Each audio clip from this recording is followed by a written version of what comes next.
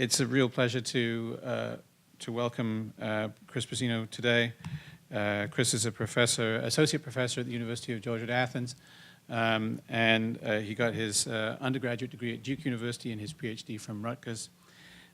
He is, amongst other things, the author of only the second essay on comics-related material to ever be published in PMLA, the flagship journal in the field of literary studies, and one of the most significant professional journals in my field, which means that he's opening the eyes of the rest of the profession to the importance and value of comic studies. And in fact, it was seeing that essay that made me think I wanted to get in touch with him and find out if he had a bit more work on EC within him, and that he will be delivering today. The chapter today is actually not part of his forthcoming book. I think he'll be tell you a bit more about that himself, but he does also have a book forthcoming on related issues. So I've had such a good time talking to him this morning. I was sufficiently discombobulated by the pleasure of the conversation that I completely forgot to actually write a formal introduction, which is why I'm improvising this rather desperately now. I hope you'll compensate for my impoliteness by giving him your closest attention and warmly welcoming now Professor Chris Pizzino.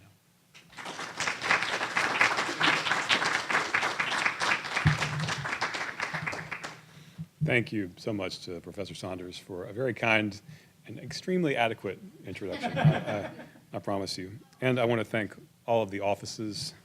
Sorry, let me start my stopwatch. You'll all thank me later.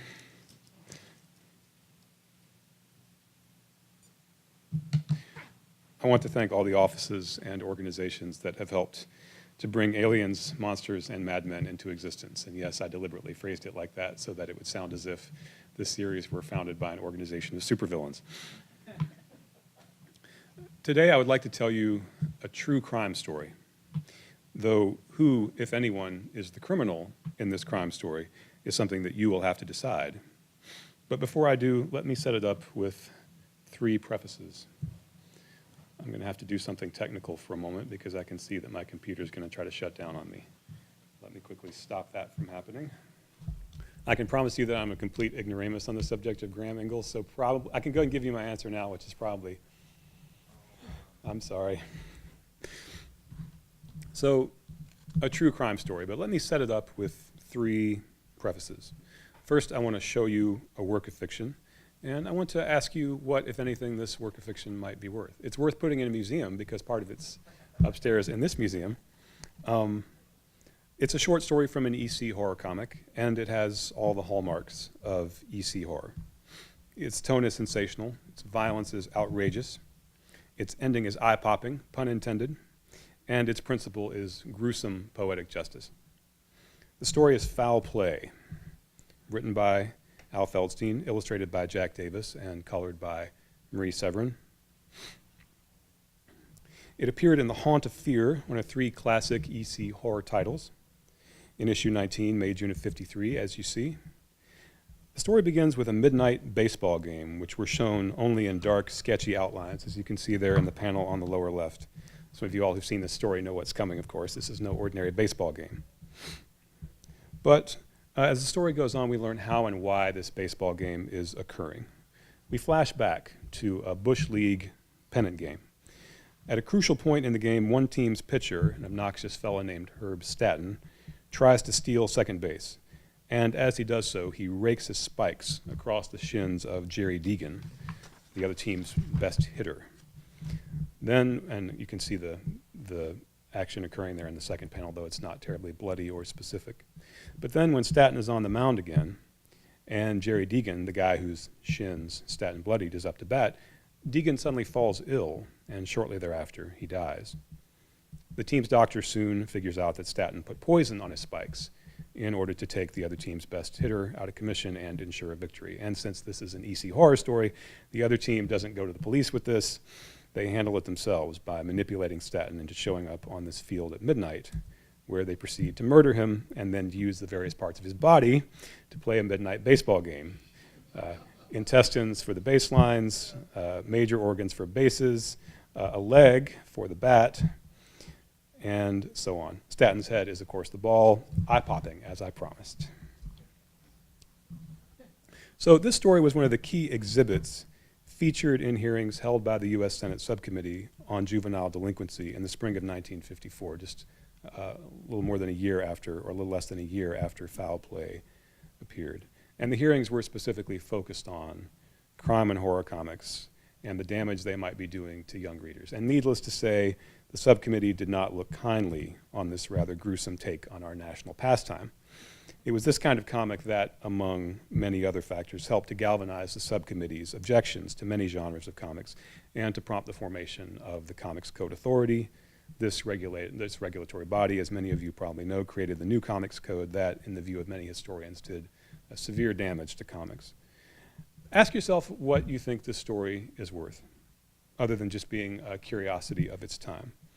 For the moment, if you've examined it and all you see is a tasteless exercise in gore for the sake of gore, or even a proof that EC comics of the post-war period, or post-war pre-code moment really were delinquent, if that's all you see, that's fine. But perhaps after we've spent some time digging into the true story that will occupy the bulk of our time, perhaps we can return to Foul Play and see if it doesn't look just a little different, perhaps a little more valuable. I think it's quite valuable indeed, as I'm sure you can tell. I just used that word delinquent. And my second little preface is just to dwell on this concept of delinquency for a moment. It's a term and a concept that I've spent a lot of time thinking about. But what does it mean to be delinquent? Technically, it means to be viewed as a person with criminal tendencies. To be seen as delinquent is not necessarily to be accused of any particular crime, although in the middle of the 20th century it was also a legal category, juvenile delinquency. But it doesn't have to be about a particular charge. To be judged delinquent is to kind of be written into a story of your own life as a life that tends to crime, and to be caught up in a role or a character that you are believed to play, the potential criminal. Ultimately, to be judged delinquent is to be judged someone who's an enemy of the community, not just an unproductive member of society, but a potentially destructive one. And again, not strictly because of what one has done, but because of what one might do, what one is expected to do based on a set of larger assumptions about who one is. And as I start telling the crime story at the center of this talk, I'd encourage you to ask, what does it mean to be hemmed in by those larger assumptions that can make you delinquent? And is it possible today, when delinquency assignment is frankly everywhere in our thinking? I mean, it's certainly dominating the upcoming election. The upcoming election is already not about who's the better candidate, but who's the more delinquent, which one you despise more. Whichever one you think you despise more, you're going to vote for the other one if you vote at all. That's the way the debate's been framed pretty much by all parties at this point. Is it possible, though, today to avoid letting the assignment of delinquency sort of do our thinking for us? I'm going to put us all to the test in that regard today. So my third little preface is an attempt just to combine the first two, to start thinking about comics and delinquency more together. One of the interesting things about being an academic who studies comics, and I'm sure that Professor Saunders and, I'm sorry, Andrea, I've forgotten your surname. Gilroy can also attest to this.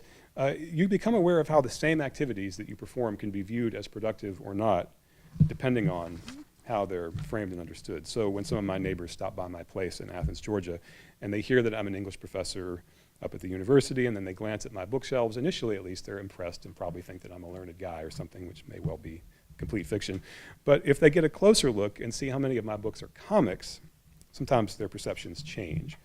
Evidence of the change can be pretty subtle because it's the South, but I get this sort of, oh, isn't that kind of different type of remark. But it's clear that sometimes in their perceptions, I quickly go from being a guardian of culture who's keeping the arts alive for coming generations to being, at best, a sort of overeducated nerd who's wasting taxpayers' money and at worst, an enemy of civilization. Of course, it's thanks in part to events like this one, to Aliens, Monsters, and Madmen, that perceptions like that might be, hopefully, slightly changing. And events like this are possible because of the work of comics creators and publishers, critics, historians, librarians, private collectors, independent scholars with or without PhDs, all engaged essentially in a vast labor of love for comics, despite the fact that we know full well that some are going to see what we're doing as a waste of time and energy, and perhaps also of taxpayer dollars. To engage in this labor of love is to risk being seen as at least mildly delinquent. I was reminded of this a while back when I turned up on a list of 100 arguments against tenure, my name and 99 others. It was before I'd gotten tenure, but now I've got it, so they lost.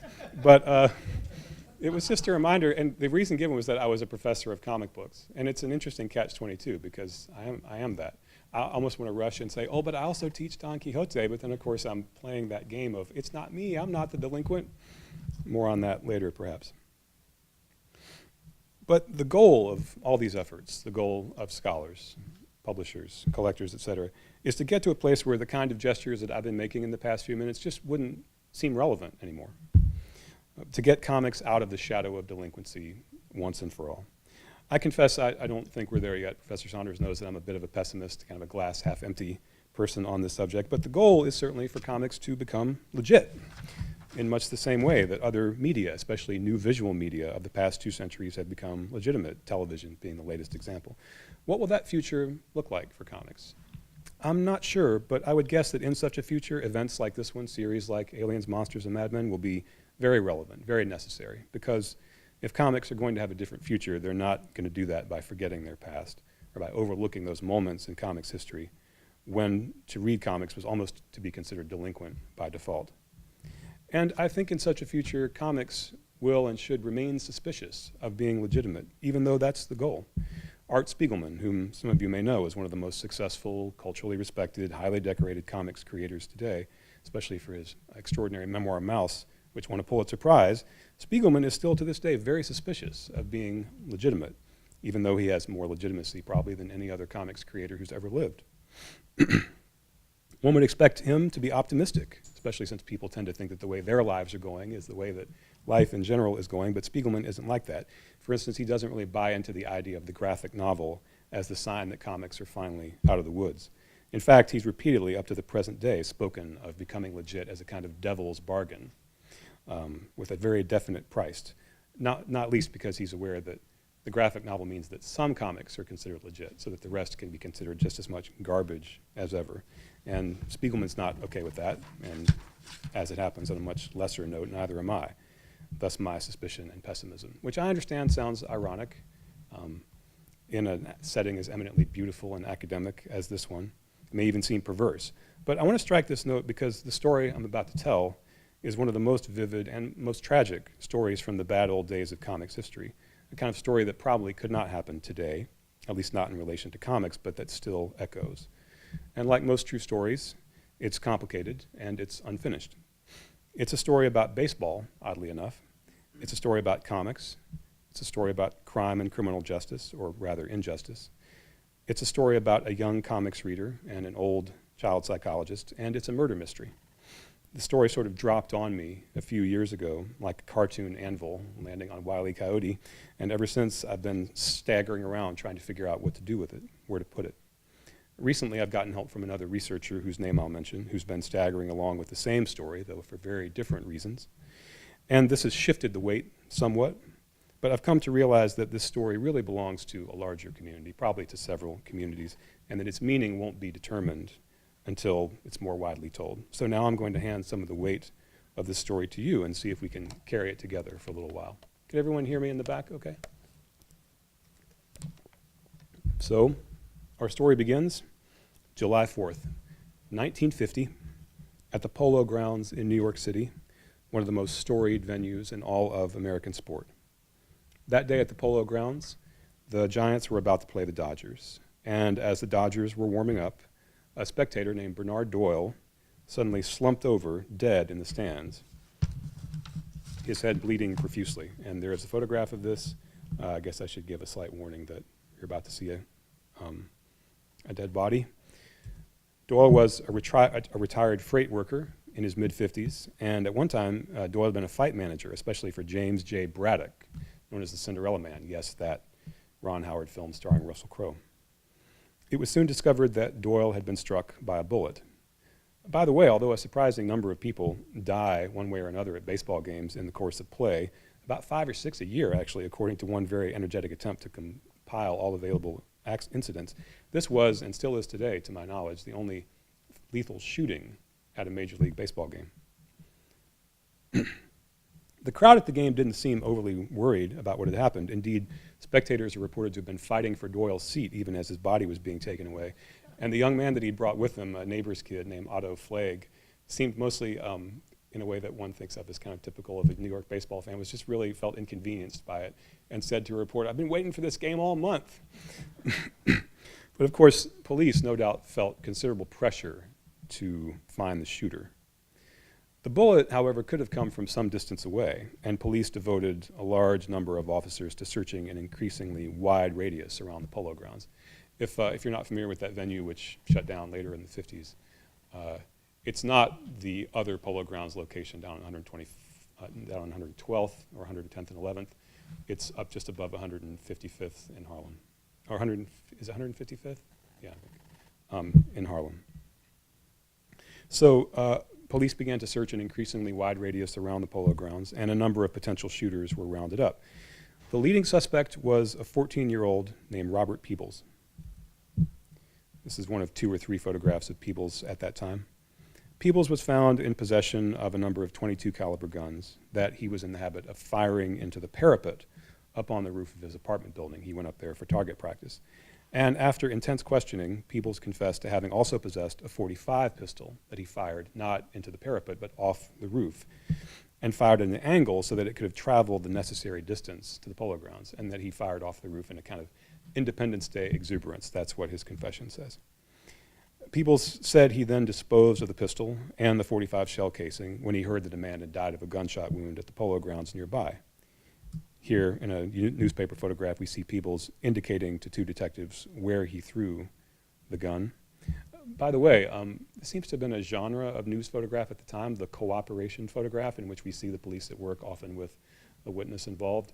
There's another one of these involving Peebles at a much later point in his life when he was robbed at gunpoint, and we see him in a strikingly similar posture, but with his arm pointed down instead of up, pointing to the place on the floor where he was tied when the establishment he worked for was robbed. It's kind of uncanny to see a second photograph in the same pose, and perhaps it's a larger genre that I'm just not familiar with. At any rate, here's Peebles cooperating with the police, as we see, and he was subsequently tried for the shooting.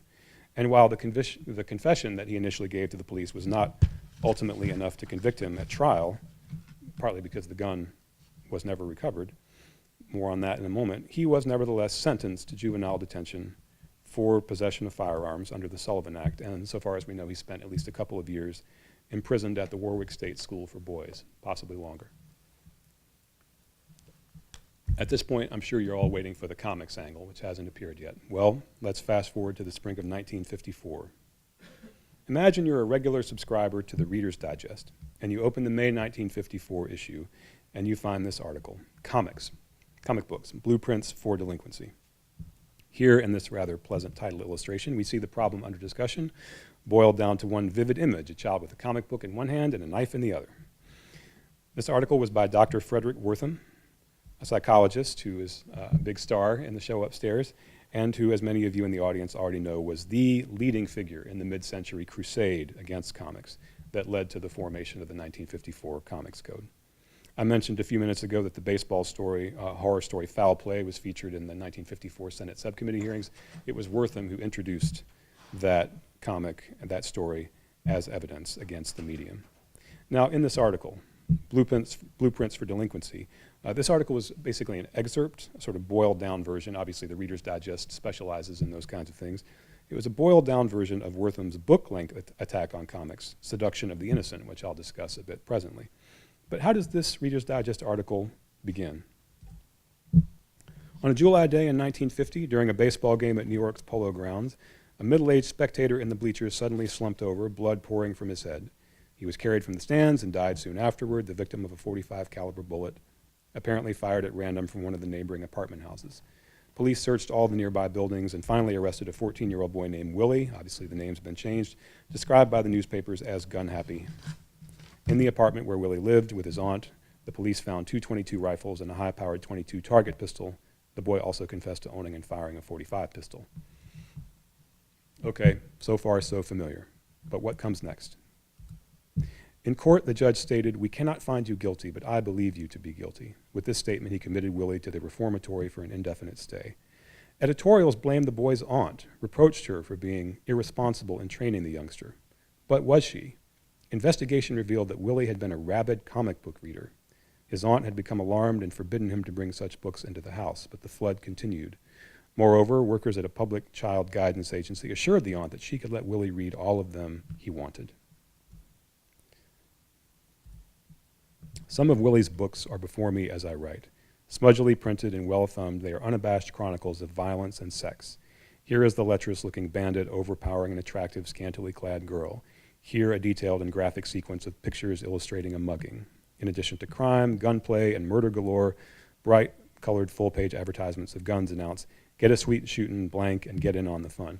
Just as a side note, I'll talk more about Wortham's files in a minute, but the comic in question did have an advertisement. It was for a BB gun, a Daisy Red Ryder BB gun. It's interesting that Wortham omits that detail. You would think that he was talking about, an advertisement for a lethal firearm. Years of working with maladjusted children have convinced me that the unwholesome stimulation of such comic books contributes markedly to delinquency. So, in 1950, a 14-year-old boy, In 1950, a 14-year-old boy is charged with the shooting of Bernard Doyle, and in 1954, Wortham redirects the blame for the crime to comics. Or, and here our complications begin, in one sense, Wortham redirects the blame, and in another sense, he merely confirms Peebles' guilt as a rabid comic book reader. Note in Wortham's discussions here that there is absolutely no hint that Peebles might not have been the shooter. Indeed, except the one detail about, at the top of the page there, about how the judge couldn't actually convict for lack of evidence, no gun. The entire discussion makes no sense for Wortham's purposes unless one assumes that Peebles was, in fact, the shooter. Now, a longer discussion of Peebles, Wortham's provides him the cover of a false name, of course, but the reader of 54 would certainly have been able to connect the dots. This incident was and is unique. But in the longer discussion in Seduction of the Innocent, which appeared almost the same time as the Reader's Digest summary, in Seduction, Wortham's discussion is more detailed, more complex, and it does suggest that the case against Peebles wasn't a slam dunk. Sorry for mixing my sports metaphors there. And that he might not have actually been guilty of the shooting, might not have been. But nevertheless, Seduction as a whole is devoted to arguing that comics ruin young lives. By the way, if you've read Seduction, you know this is the incident that starts the book. And the first several pages are about Willie, Robert Peebles. Wortham is arguing that comics ruin young lives. So to belabor the obvious, if the reader of Seduction is to make any sense out of this very long description of Willie that opens the book, it can ultimately be only by assuming that comics ruined his life by encouraging him to behave in antisocial behavior, specifically acquiring and shooting guns and killing Bernard Doyle. So no surprise then that in the Reader's Digest summary, which seems to have been very widely read, all the nuance is taken out. Almost every suggestion that Peebles might not have been the shooter is removed, and the article ultimately conveys the assumption that he did pull the trigger and that comics were a major factor in his doing so. So now I'm going to make 3 points, which I'll briefly summarize first. And in telling this story in a few different venues, I've found it's best to preface and summarize and so forth, because if I simply present the facts without any setup, some of them are so staggering, and to anyone who has an investment in the comics debate and the figure of Wortham, if I just present the facts, people can almost get disoriented. They can't quite believe what they're hearing. And I remember when I first uncovered some of the things that I uncovered at the Library of Congress, I myself couldn't believe what I was seeing. I kind of thought, is this real? And when I got the photographs home that night in my hotel room, began to examine them each time, I just couldn't believe what I was seeing. So I'm sorry, I know I'm increasing your suspense now. But to summarize my 3 points. First, it is very, very, very likely that Robert Peebles did not possess the gun, nor did he fire the shot that killed Bernard Doyle. Odds are he was and is innocent of the crime of which he was accused. And you notice I don't say he's not guilty in the purely legal sense. That's long established. Peebles was found not guilty at trial, and Seduction of the Innocent basically says as much. I want to say more specifically that beyond much reasonable doubt, he is innocent. He didn't do it. Wortham's account of Willie, particularly in the Reader's Digest condensed form, leaves the impression that just technicalities prevented a conviction. But in all likelihood, Peebles was simply not the shooter. That's point one. Second, Peebles was accused, and the evidence, sorry, was accused and tried, not because the evidence against him was particularly strong, but because of institutional corruption, motivated most immediately, we can speculate, by the need to solve the shooting of Bernard Doyle, and enabled, very likely, by class bias and probably by institutional racism. As a poor young black man living with his great aunt, Peebles was simply a likely suspect that could be given to the public to create the impression that the perpetrator had been caught, no matter how flimsy against him the case actually was. This is often known in homicide investigation as a paper clearance. You create a case that you're pretty sure won't even pass muster at trial, but you've got a big caseload. There's a lot of work to cover. If you've watched The Wire or if you've read David Simon's excellent book, Homicide, you know that even very dedicated and conscientious homicide detectives can easily fall into a kind of paper clearance logic because there are just so many murders flying at them. More on that in a moment. Third point, Frederick Wortham knew everything that I just said. Knew it in 1950, that is, and knew it in 1954, and suppressed a portion of what he knew when writing Seduction so that Robert Peebles could serve as a major case study when Wortham was quite aware that in all likelihood he simply was not guilty at all. If he was innocent of the crime, Peebles had no value to Wortham's argument, but if he could be portrayed, at least implicitly, as the shooter, then he was an ideal poster child for Wortham's anti-comics crusade. Now, if this last point seems too sensationalistic to be true, here again I'm trying to cushion the blow. I can only say that I agree. It does seem too sensationalistic to be true. When I traveled to the Library of Congress in 2012, which was when this data first fell on me like the proverbial anvil, when I traveled there to look at Wortham's papers, I didn't go there in the hopes of finding a smoking gun, no pun intended, that could prove exactly how unscrupulous Wortham could be in pursuit of his anti-comics agenda. I was going just to get a fuller picture of what anti-comics stigma looked like in the middle of the 20th century. And before my visit, I'd become aware of just how complicated a figure Frederick Wortham really was. He was a figure who made a real difference in the history of social justice in the United States. He did great work in bringing mental health services to poor black communities in New York City, especially in Harlem. He provided crucial testimony in Brown versus the Board of Education, very well documented in a new book by Gabriel Mendez that I recommend you check out if you want to get a fuller picture of Wortham. So Wortham was a complicated figure, and in some ways, certainly an admirable one.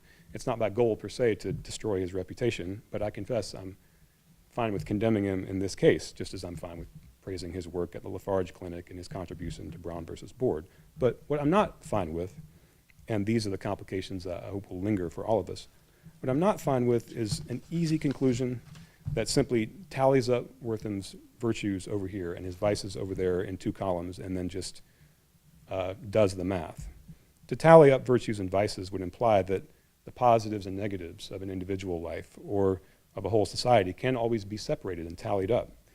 It would also be to imply deeper down that there's a scale or measurement that we can use to evaluate and tabulate the good and bad and weigh them through some system of equivalence. This good compensates for that bad, etc., and thus arrive at justice. That way of thinking can be very attractive, partly because it feels so even-handed and scholarly, and partly because it grants power to the speaker or evaluator who awards the merits and demerits and who assigns delinquency. And I have no problem, emotionally speaking, with assigning delinquency to Wortham in this case, not least because since I found out about all this data, I've sometimes, in my heart, just hated his guts. But if tabulation of the good and the bad and assigning delinquency, if that's all we've got, then we wind up with, I think, a very weak and very simple and not very transformative sense of how to seek justice. So as we examine this evidence, we'll try to avoid falling into the delinquency trap, although it's going to be a temptation, I promise you. Now, to the facts of the case regarding point one, the likely innocence of Robert Peebles. If you'd been following the news, the week of the shooting in 1950, and you were perusing, say, Newsweek or Time, you would have found the incident summarized thus. A police detective questioned the boy patiently. Suddenly, though there had been no coercion or ill treatment, Peebles broke down. He penciled his confession. I fired a .45 caliber gun. I threw the gun in a river. Gun found in Central Park about 6 months ago. And this accompanying picture, which I showed earlier, would have given you a nice clear photo of the victim. Never let it be said that bloody photojournalism is an invention of the late 20th century, as well as a neatly diagrammed picture of the path of the bullet. End of story. So if you were just a general reader in 1950, somewhere in the United States, this is what you would have gotten. Wortham lived in New York City, just so you know, but if you were a New Yorker and you were inclined to follow the case a little more closely in the local papers, where it was obviously a sensational case that had legs, as a journalist might say, if you'd followed the news reports more closely, you would have known that things were not so cut and dried. You would have known, for instance, that Robert Peebles' apartment on Edgecombe Avenue didn't exactly overlook the polo grounds, and was in fact located far enough away as to eliminate the possibility of a direct line sniper-style shot, as is indicated by that photograph. You would have known as well that in their initial search of the area immediately around the polo grounds, police found a .22 caliber gun and some shell casings, and thus they began their wider search with the idea that a .22 had killed Bernard Doyle. You would then have known that Robert Peebles was, in all likelihood, initially picked up by the police as a likely suspect because he was in the possession of .22 caliber weapons, a couple of rifles and a target pistol, which he was in fact in the habit of firing into the parapet up on the roof of his apartment building. Side note, in this day and age, I understand that a 14-year-old engaging in unsupervised target practice with a .22 automatically looks like a delinquent. When I was 14, I was engaging in unsupervised target practice with a .22, so my views are a bit different. I'm not a gun owner now, and I don't want to raise that massive national debate, but just putting that out there that I'm basically in the Robert Peebles camp when it comes to playing with .22s in my mid-teens. And you, the New Yorker of 1950, would have known that it wasn't until later in the day on July 4th, it wasn't until the evening when Bernard Doyle's autopsy was completed, that police learned that the weapon that killed Bernard Doyle was a .45 and not a .22. At which point, of course, the best, sort of juiciest opportunities for rounding up the shooter would have been lost because the search was massive. Word traveled rapidly through the community surrounding the polo grounds. So everybody and their brother who had a gun probably was hearing about this by 7 or 8 that evening. And, you know, in a sense, investigative window blown because they'd been searching for the wrong caliber weapon in those crucial hours. And you would have known that the roof of Peebles' building, this is all in news reports, you would have known that the roof of Peebles' building was littered with .22 casings, but that no .45 casing was found. At which point, certain holes in the story might become clear to you, as I sense they've become clear to several members of the audience. It could easily look as if the police grabbed a likely shooter. After all, Peebles was, in fact, firing .22 caliber weapons from the roof of his building, and, and the bullet could have reached the polo grounds from there, only to discover that Peebles wasn't so likely because it was the wrong caliber bullet.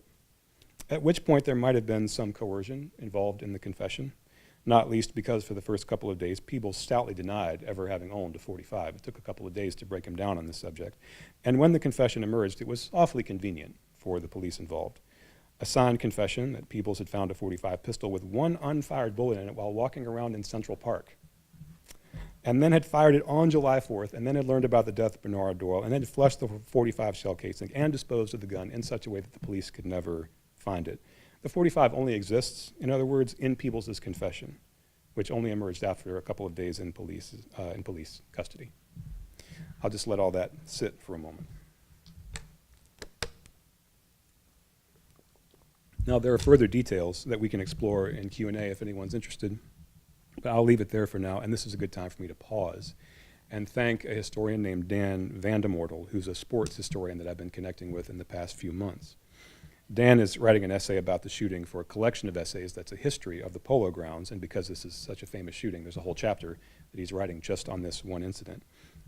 So sports historian is Dan's superhero identity, you might say. By day, he's a paralegal, and his superb research skills have uncovered some details about the case that I didn't discover. Everything I've just said is data I uncovered before meeting Dan. But he's uncovered a couple of interesting additional things that I can tell you about verbally and that you can look forward to when he publishes his article on the shooting in this book, I think later this year or early next. So now, moving on to my second point, I guess I've mostly already covered it. We can see why, for a homicide detective working on this case, there was significant pressure just to find a shooter. It wasn't even as important whether or not the charge stood, just that there was somebody who looked fairly likely. But now moving on to the third point, how much of the data that I just covered did Frederick Wortham know in the years following the shooting when he was writing Seduction of the Innocent? Wortham knew virtually all of it. If you want most of the newspaper clippings that you would need to start researching the Robert Peebles case for yourself, to check up on my facts, just start at the Library of Congress and go to Frederick Wortham's files, because all the relevant clippings, or almost all of them, are right there all together, waiting for you to discover them. And without getting into detail on this subject at the moment, we can know that the materials were stored together in Wortham's papers, and we can know from certain very specific details in Seduction of the Innocent that Wortham had all of his clippings ready to hand as he was writing the opening of Seduction. So there's no real chance that he just recalled the facts wrongly or misfiled something in the years that followed. We can know that his data was close to hand. And what Wortham knew that almost no one else knew was exactly how Peebles came to confess to possessing and firing the .45, and now I'm going to kind of give you the big reveal. Police questioned him without an attorney or social worker or other advocate present, and they locked up his guardian, his great aunt Marie Beld, and told him that they wouldn't let her out until he confessed. Just let that sink in for a moment. And this data is in a letter written to Frederick Wortham from his very trusted colleague Hilda Moss, with whom he worked at the Lafarge Clinic in Harlem. And here's the relevant passage a little closer up, just so you can see for yourself. The aunt, who was a very old woman, they kept her in jail and got a false confession from the boy. Apparently he did not fire the shot and did not have the .42, I'm assuming. .45 is what's meant, ever. They told him if he confessed, they'd let him out of jail. They even went so far as to let him call home to make sure they let her out, so he confessed. There we have it. So this is a letter addressed directly to Frederick Wortham. Wortham knew almost more clearly than anyone else how the case against Peebles fell apart at trial, because he received a letter directly from Robert Peebles' social worker telling him all about it. The letter made clear that the judge simply found the narrative the police presented, the .45 found in Central Park, then discarded, never found, and the flesh shell casing. The judge just found it all too preposterous to convict, so he convicted on the possession of the 22 caliber guns, and that was that. Wortham, well, I'll get to that more in a moment, but Wortham did claim to know Robert Peebles well, and that Robert Peebles had been a patient at the Lafarge Clinic. Right now, we don't know if that's true or not, and probably we won't know until the year 2025, when certain documents that have been redacted from the Library of Congress files finally become available. I have fought like a tiger to try to prove that Robert Peebles has passed away so that the files can be opened, but that hasn't been a slam dunk, even with the help of Dan Vandemortel, who's tried probably even harder than I have. For now, we don't even know if Wortham is telling the truth about whether or not Robert Peebles was a patient of his, though he may have been. But to sum up for the moment, if you'd been Frederick Wortham, knowing everything that he knew, in order to actually believe that it was remotely possible for Robert Peebles to have been the shooter, you have had to believe that it was possible for him to find a loaded .45 while wandering around in Central Park, and then to fire that .45 off the roof of this building at an angle needed to carry the bullet the necessary distance to the polo grounds, and then to be smart or foresighted enough to pick up the .45 casing and flush it, and to get rid of the pistol, all while being dumb or unaware enough to leave the .22s in his apartment and to leave all the rest of the shell casings scattered around on the roof of his apartment building. And you would have had to, and this despite the fact that the Sullivan Act could easily put a young man like Peebles behind bars. And you would have had to believe that this story was not concocted by the police, who got Peebles to agree to it because they locked up his aunt, and that the judge who couldn't convict Peebles was nonetheless anxious to send him away for a couple of years was being too fastidious about the details of the case. So if any of you can believe all of that, I have some nice oceanfront property in South Dakota to sell you. Yet this is what Wortham sells as the truth, as you have seen. Peebles is his poster child for the damage that comics do for young people. And I know some pro-Wortham sympathizers that I respect in many ways who try to save this somehow. Well, Wortham does suggest that he might not have done it. Wortham knew that there's a very good chance that he didn't do it, and that what Robert Peebles is an image of is police corruption, not the damage. Like, comics are completely incidental to what actually happened to Robert Peebles, but he was just too attractive as a poster child, it would seem. So now we return to the issue of delinquency. By what means did Wortham arrive at his picture of Robert Peebles as the shooter? In his notes, we find Wortham opening the line of thinking that will determine Peebles' role in seduction. Here are some notes that he gathered as he was thinking about the Peebles case in 1950. I am not convinced this boy did it, but suppose he did, who would be responsible? We who work in the Lafarge Clinic have known this boy. We have studied him. Again, may or may not be true. The social workers did their best. So did the psychiatrist and his aunt. He was an intelligent, good boy. But what can we do against this chronic seduction, that is, of comics?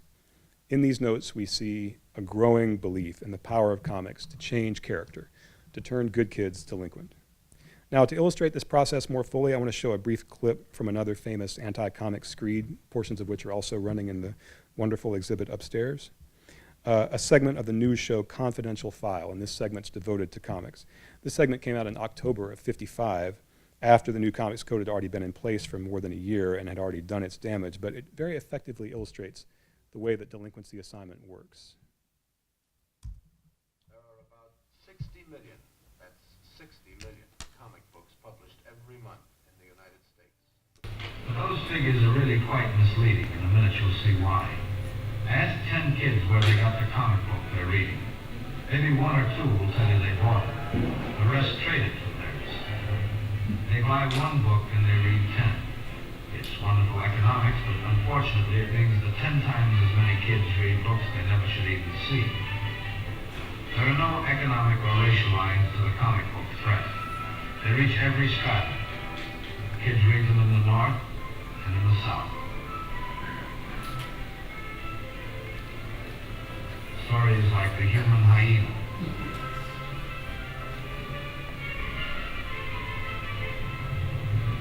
Stories like Time to Die. They read them in living rooms in Dubuque and alleys in Manhattan. This one's a poem. I think you should hear it.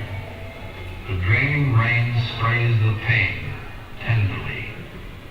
The whistling wind winds round the weeds tenderly. And I come to you with arms out wide and one thought inside of me. So I take your lips, I take your heart, tenderly. Maybe you can accept this fact, maybe not. But it is a fact, and I'll prove it to you later in the program. Horror and crime comics upset kids. I'm not talking about any sudden distortions or emotional makeup. I think that occurs too. Because of more noticeable, immediate effect. You can see the tension develop as the story gets more gruesome. And if it's a bad one, the kid has a mass of jangled nerves by the time he's through it.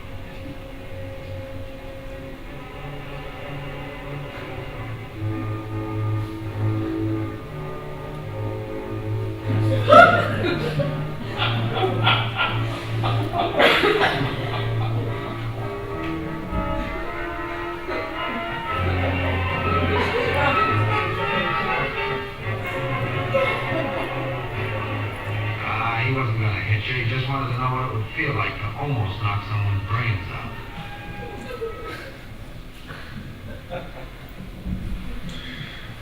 I'm sure you noticed the moment when the footage jumped. For the sake of time, I cut out a fairly lengthy scene where the boys sit and read comics together. It's very interestingly filmed, but what I hope you can notice is just the strong contrast between the two portions that you saw. In the first bit, the young readers are fairly innocent looking as they sit around, ignored by passing adults, absorbing the negative influence of comics through no fault of their own. But once the influence gets past a certain point, the music changes and the children appear in a much different light. By the way, it's fascinating to consider the staging of this whole scene, the enactment, including having these comics in kids' hands, which, as far as Wortham was concerned, would be like having them shoot heroin for real, for the sake of this mockumentary. And you can imagine the director having to be like, okay, Tommy, I want you to look really scary now. Hey, really go at it with that knife, or what have you.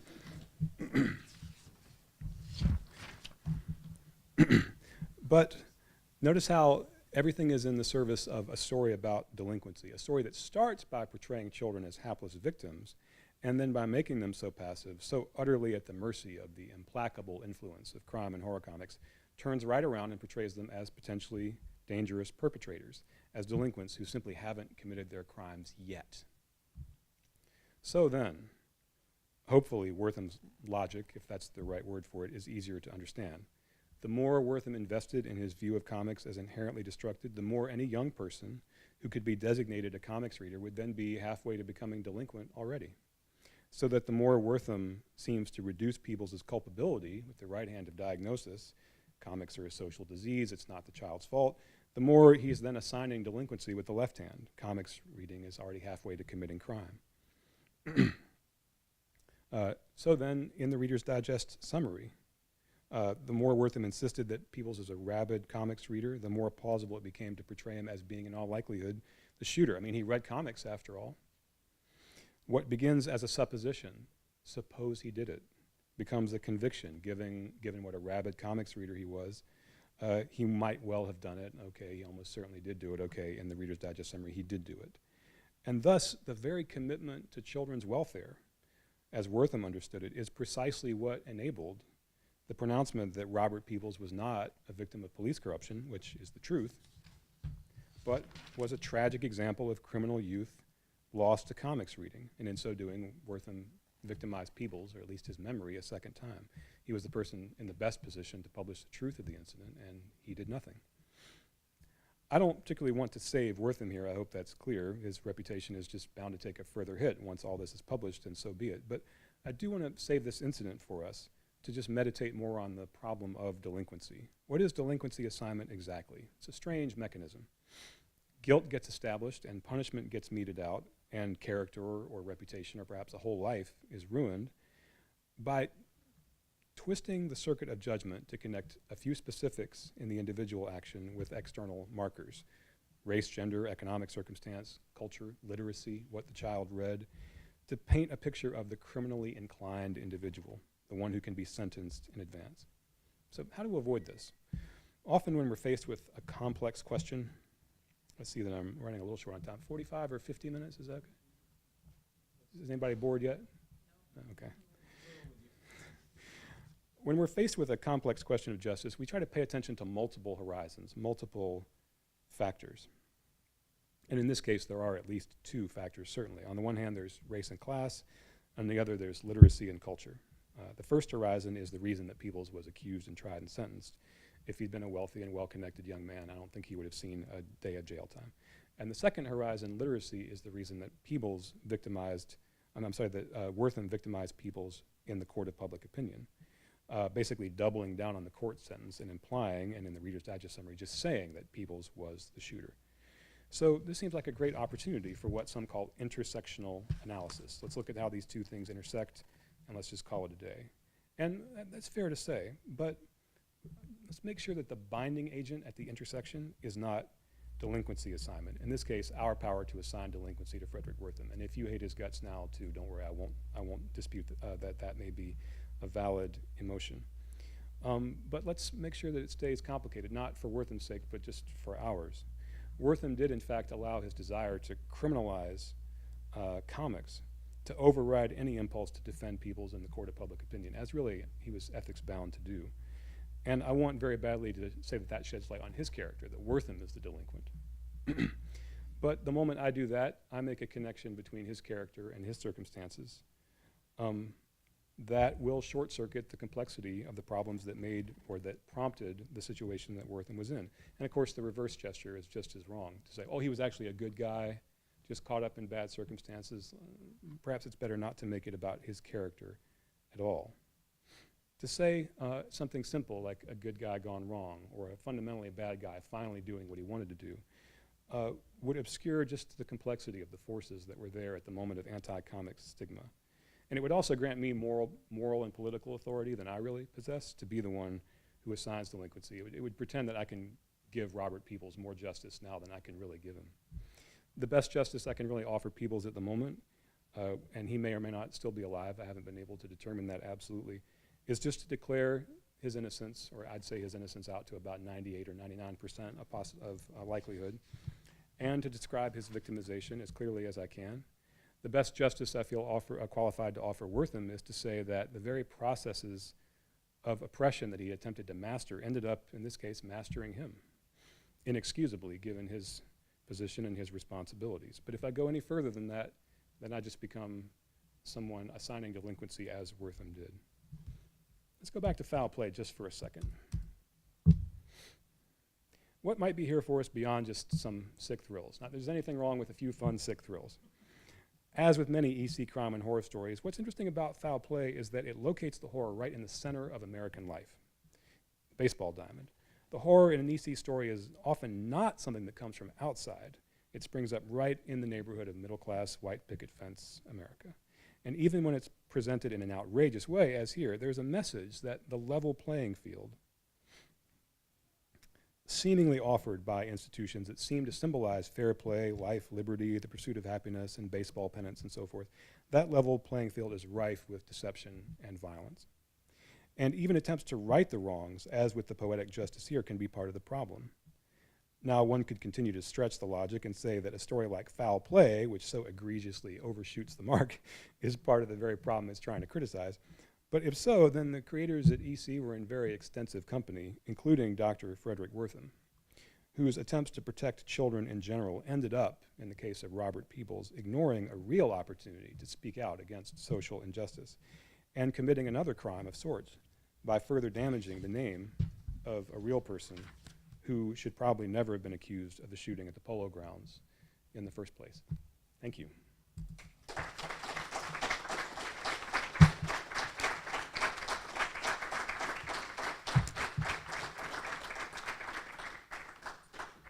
I'm happy to take questions and chat with you all for as long as anyone can stand it.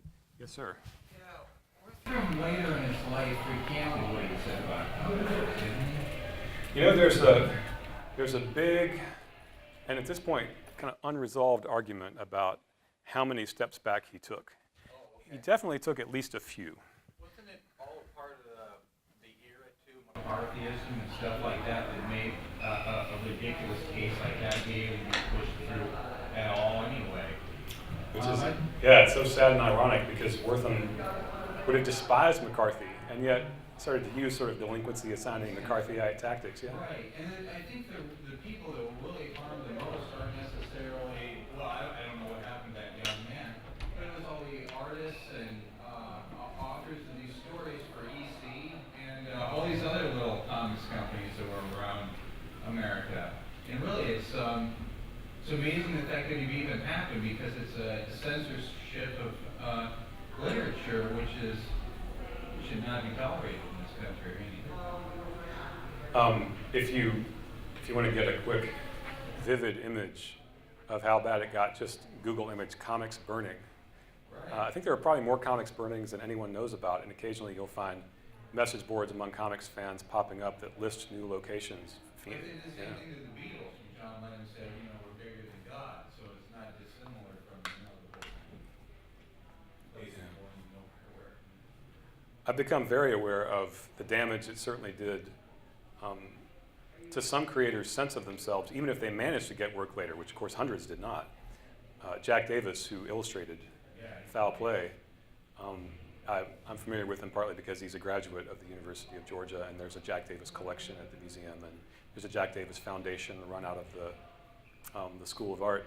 But in after years, he's become increasingly unwilling to even talk about his involvement in these comics at all. He's become so ashamed and disturbed that he really just won't bring it up, so much so that I almost feel a little bit bad about saying what I'm saying right now, because if he were here, he'd be very uncomfortable to hear me saying these words. What do you do in such a case? It's not clear what the right call is. And there are other cases of creators who definitely, if not traumatized, I'm not a doctor, so I probably can't use that term, definitely were quite damaged by it. I remember when I brought Nick Meglin, one of the editors at Mad Magazine for years, when I brought him to campus and asked him just to speak about what he saw friends of his going through after the code came down like a hammer on the comics industry. And it took him a while to open it up. It was clear that there had been some upset that he just kind of locked away and that he was a little hesitant to get into. And you'll see it in interviews, sometimes with EC artists, that they'll be sort of bright and sunny about the whole thing, and then it's like something snaps, and they'll say something like, oh, but of course I do hope that Estes Kefauver, who ran the Senate subcommittee, I do hope that Estes Kefauver is burning in hell somewhere. And then they'll just go right back to, it kind of looks almost like slightly traumatized behavior, though again, I'm not a doctor, so perhaps I don't have a right to use that term. I know it's a very widely used term these days. So yeah, that damage to creators should not be underestimated for sure. Yes, sir. From the video you showed, and from most of the examples, the implication was that all delinquents and all comic book readers, or at least readers of violent comic books, were entirely male. Would you like to comment on that? As far as I know, most of the attempts to link comics and delinquency did focus on young men. Now, Wortham tried to broaden things out a bit, but for him too, it was more exclusively a male phenomenon, and his interest in its comics' impact on the male psyche, I think was, I think is pretty narrowly focused in that way.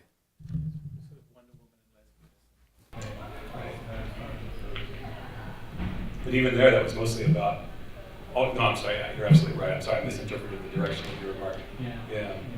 Yeah. Wonder Woman can turn young women into lesbians. That's true. So there was some focus on that as well. He goes on about Etta Candy and the Girls of Holiday University and early Wonder Woman as a brief for lesbians. Yeah. Which of course he does. Yeah.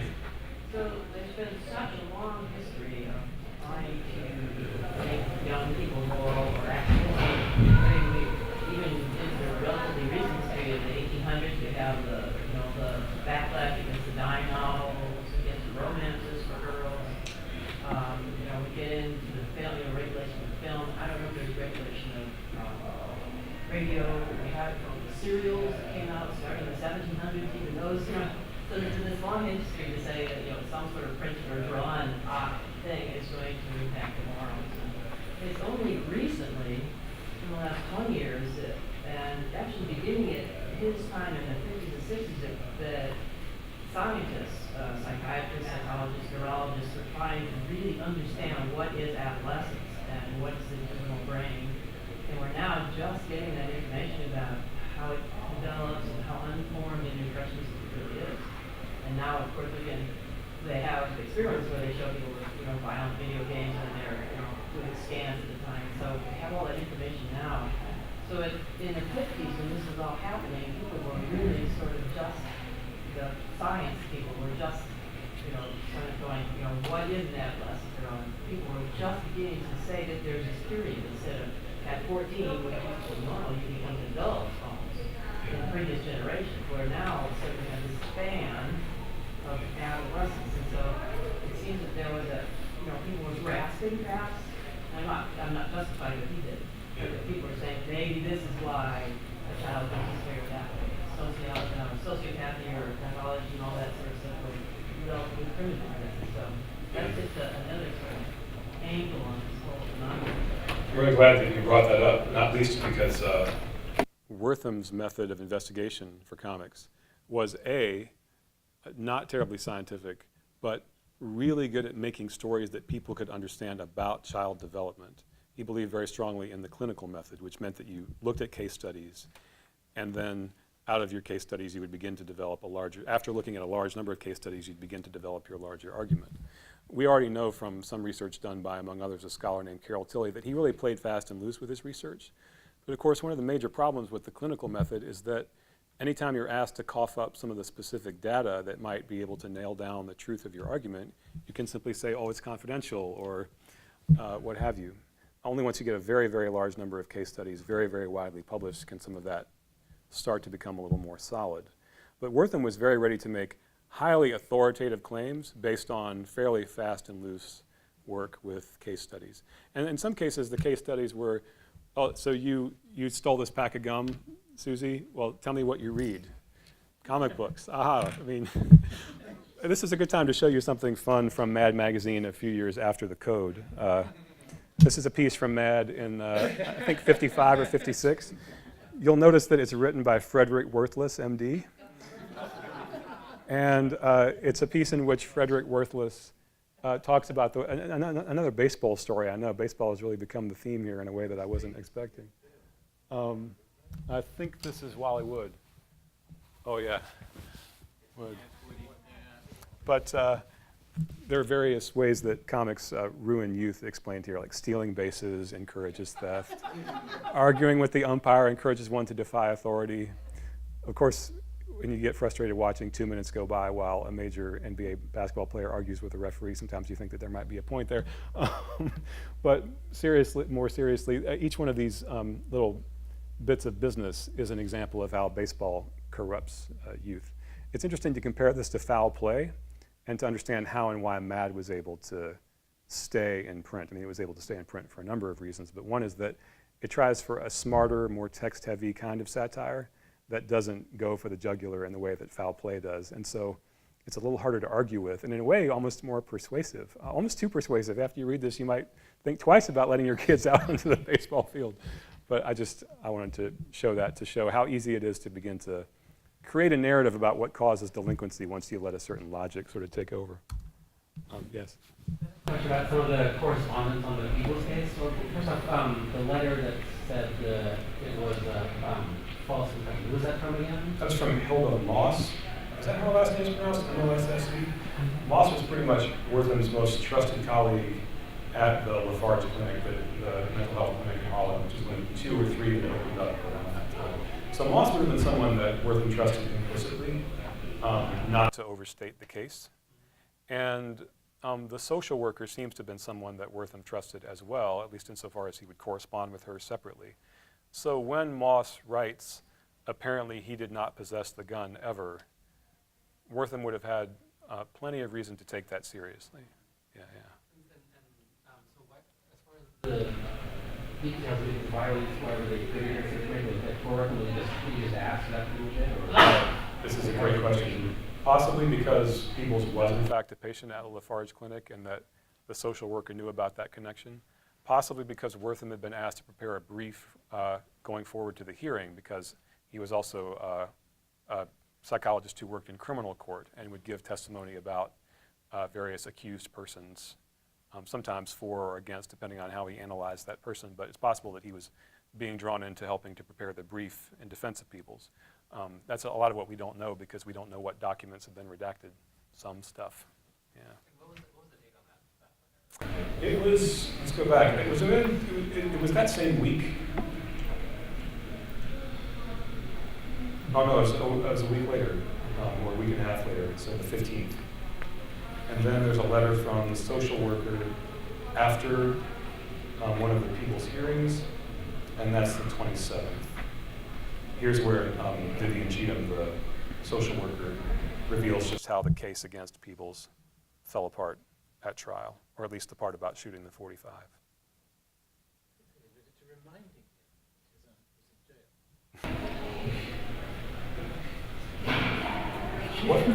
What I've been able to find out about the judge in this case was that he certainly wasn't afraid to hand out years. So if he kind of scoffed at the story of the .45, it probably had some pretty significant holes, even after the police had done everything they could to patch it up after the fact. Can I ask you a question about Wortham as a storyteller and his skill as a storyteller and his willingness to, I think he was pretty fast and moves pretty fast. Yeah. One of the things that's interesting to me, which you didn't really talk about, which you might think about talking a little about, is the fact that he didn't use people's names in seduction abuse, which is interesting because the kid had gone to reform school and had been incarcerated, his name had been everywhere. The fact that he didn't use the name suggests to me that there was some willingness on his part to detach from the truth, because he believed that the goal was such a laudable goal. Yeah. And that in fact that he changed the name indicated is a marker that he realized that this particular actual case couldn't be this case, but it didn't matter that this particular case couldn't be this case because it was self-evident anyway, and since delinquency is a potentiality, Willie could have been any comic relief. Yeah. I think that's a really, really great point. And it's a great point too because it shows how slippery the forces around delinquency assignment are. What starts as a gesture of protection, well, I've withheld his name for his sake. His name's been dragged through the mud enough. Then becomes a way of garnering ownership. Let me tell you the true story of this individual. And Wortham was very much about that kind of power seeking, about the issue of comics. He wanted to control the narrative about how much authority he had to declare comics as a cause of juvenile delinquency in a particular case. And when his authority was challenged, he was very upset about that. The ACLU, in an opinion saying comics can't be censored, free speech, et cetera, Wortham wrote to the ACLU saying that his expertise on the subject had been underestimated and threatened to sue the ACLU for essentially slandering him. He then backed off from that when he realized that that probably wasn't a good idea. And that's one of the reasons, by the way, that I really think he can be held responsible for what is in that Reader's Digest summary. Probably he didn't write that. Probably someone else wrote it. But we know that he read it. There's a copy in his files. That page that describes Willie is hand-marked by him. And if he'd had a problem with it, he would have expressed that to the Reader's Digest, and he was completely fine with the version of the story that they printed. I'm starting to pull on various threads of the sweater now. But yeah, the anonymizing of the figure, it nominally protects Peebles, although his name was already out there, but what it really does is give a lot more authority to the writer of the story. Yeah, absolutely. In psychotherapy, if we're doing like a case study, you don't publish the names. It could be kind of a visual thing, especially if you was a patient. It was a little unusual that Peebles' name was out there so widely. Usually juvenile offenders' names were not meant to be published, but somebody thought it was a good idea to put Robert Peebles' name in Time and Newsweek, and so then it was out there. I'm sorry, Andrea. Yeah, I just wanted to ask a question. So I was sort of curious, censorship has come up a couple times, and certainly you have stuff that you hearing that the comics book isn't really sort of censorship. And, you know, the assignment of delinquency is an ethical move. And there's a notion of, you know, well, we're not,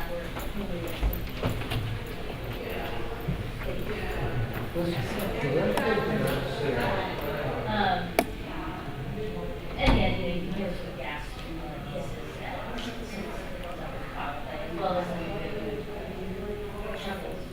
So I was curious, just on some of your thoughts about the sort of interplay and sort of ethical dilemmas that you face. Thinking about questions of censorship and youth and adolescence and in all these kind of, it comes up in this, on the one hand, very strongly, they take what you've got, and behavior happens in the comics book, and on the other hand, you know, I wouldn't get foul play or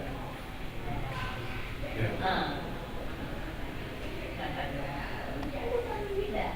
And for part of the thought responsibility and this kind of thing, but also, I don't know. So it's a dilemma is that I think intellectually and morally, and so I was curious where that just base it all into your thoughts on general stuff.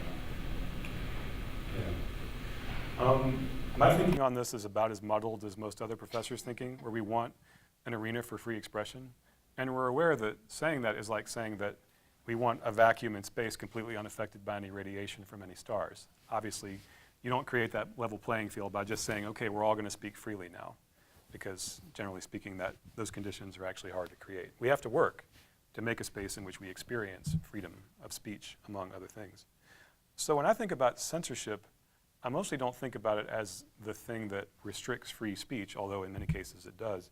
I think about it as the easy way to try to make the playing field safe, but in so doing, usually it makes the playing field smaller and smaller and cuts more and more corners. Many professors are going to have to face new questions about this as issues like trigger warnings become more and more common at universities.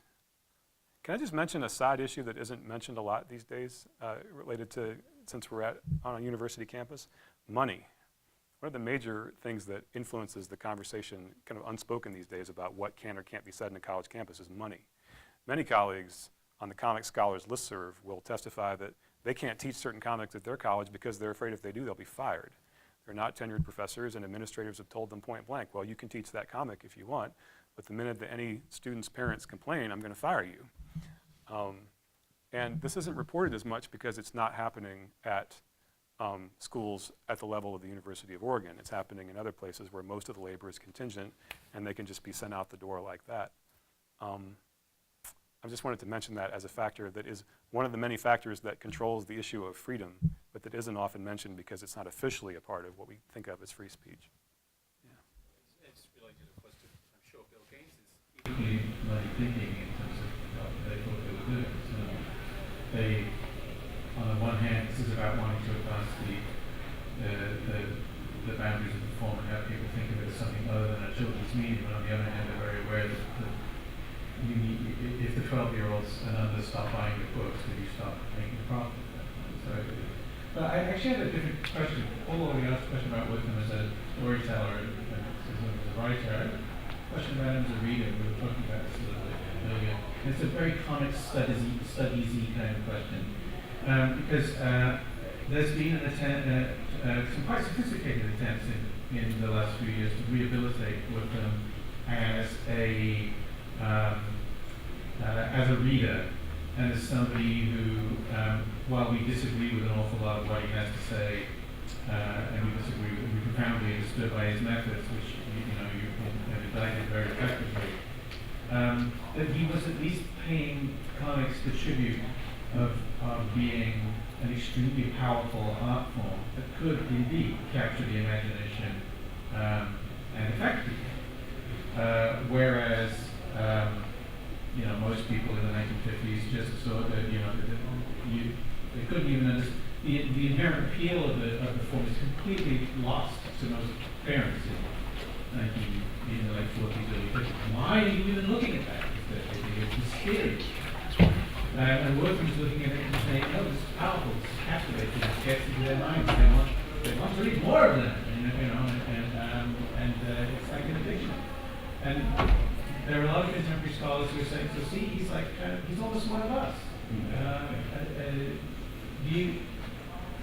Do you have already a response to that? You and I were touching on this a little bit earlier in our chat before the talk. My sense is that Wortham was a bad reader of comics, and that it's probably not a good idea to give him too much credit. His interpretations are so partial. They pay so little attention to context. He sees an image of violence, and he doesn't ask who's committing the violence in the story. Is it the protagonist, or is it a villain? Under what circumstances, et cetera, et cetera. Now, in some cases, he's looking at a comics image that is already so off the rails and has very little narrative context around it anyway, that his reading isn't that bad, but he doesn't know that. He's just grabbing details at random and trying to make them fit a thesis that he already has working for him. If we do want to give Wortham credit for at least saying that comics can have impact, I think we can do that as just a way of noticing that many, many cultural critics and theorists in the first half of the 20th century, they did at least notice that mass media made a difference in people's lives. Mostly they were horrified by the difference that it made, but they did at least acknowledge that the mass media was out there. So it's possible to go back into some of their thinking and some of the truly greats, I mean, Adorno being one of the greats, and pull things from what they say about mass media that are still useful. But mostly, I find that a lot of even the thought from great geniuses on that subject sort of sits there dead because the judgment has been rendered before the argument is even made. They have a real difficulty reading things closely because they've already decided what they're going to see before they dive in. I think the metaphor I used over breakfast was, if you want to say that Wortham helped invent comics criticism, it's kind of like saying that some petty dictator somewhere helped invent human rights.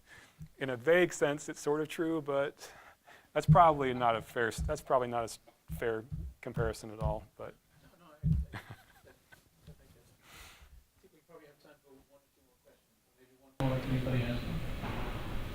I greatly enjoyed conversing with you all. Thank you so much. Please.